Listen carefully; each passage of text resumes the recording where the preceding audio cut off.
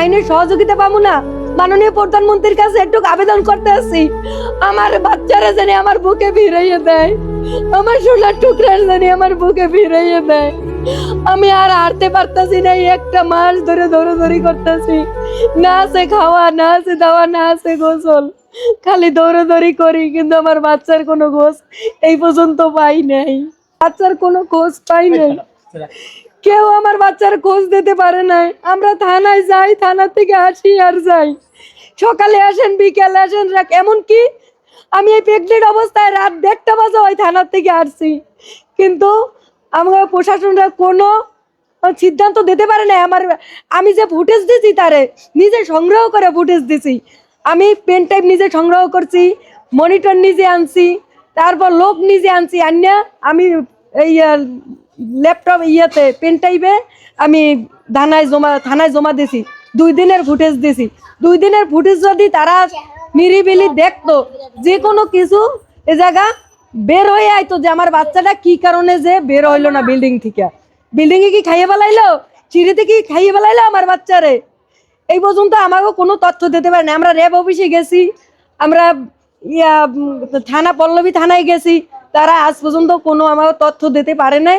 আমরা বলছি তার ডিবিতে দেন, ট্রান্সফার করে ডিবিতে দেন, আমগো মামলাটা ডিবিতে দেন।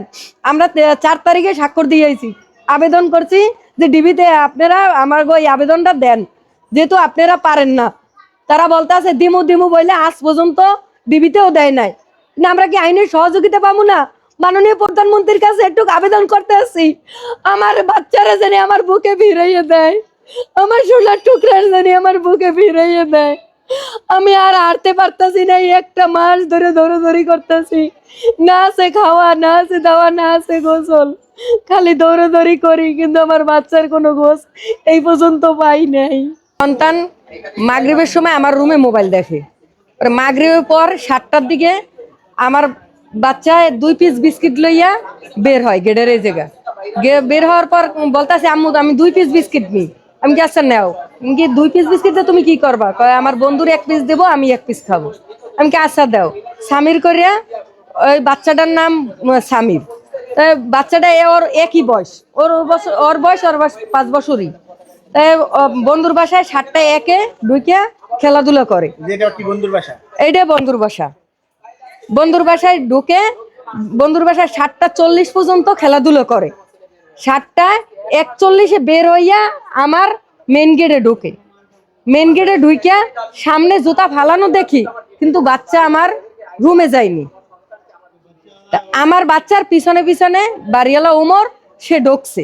তারে আমি জিজ্ঞেস করতেছি, ভাই আমি যে ভিডিও ফুটেজে দেখতাছি যে আপনি আমার বাচ্চার পিছনে ঢুকলেন সাথে সাথে, আমার বাচ্চাটা কোন দিকে আছে বলতে পারেন?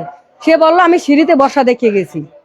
আমি তো 10 মিনিট পর তো আপনি বের হইছেন, তাই 10 মিনিট পর আমার বাচ্চারে কই দেখছেন? আমি 10 মিনিট পর আর দেখি না, আমি ওঠার সময় আপনার বাচ্চারে সিঁড়িতে বসা দেখে গেছি। তারপর থেকে আর আমার বাচ্চা মেন গেটের দিয়ে আর বের হয়ও নাই, আর আমার রুমেও যায় নাই। এই 1 মাস ধরে 13 তারিখ রাত 7টা থেকে এই আমার বাচ্চা যে নিখোঁজ, এই আজ পর্যন্ত আমার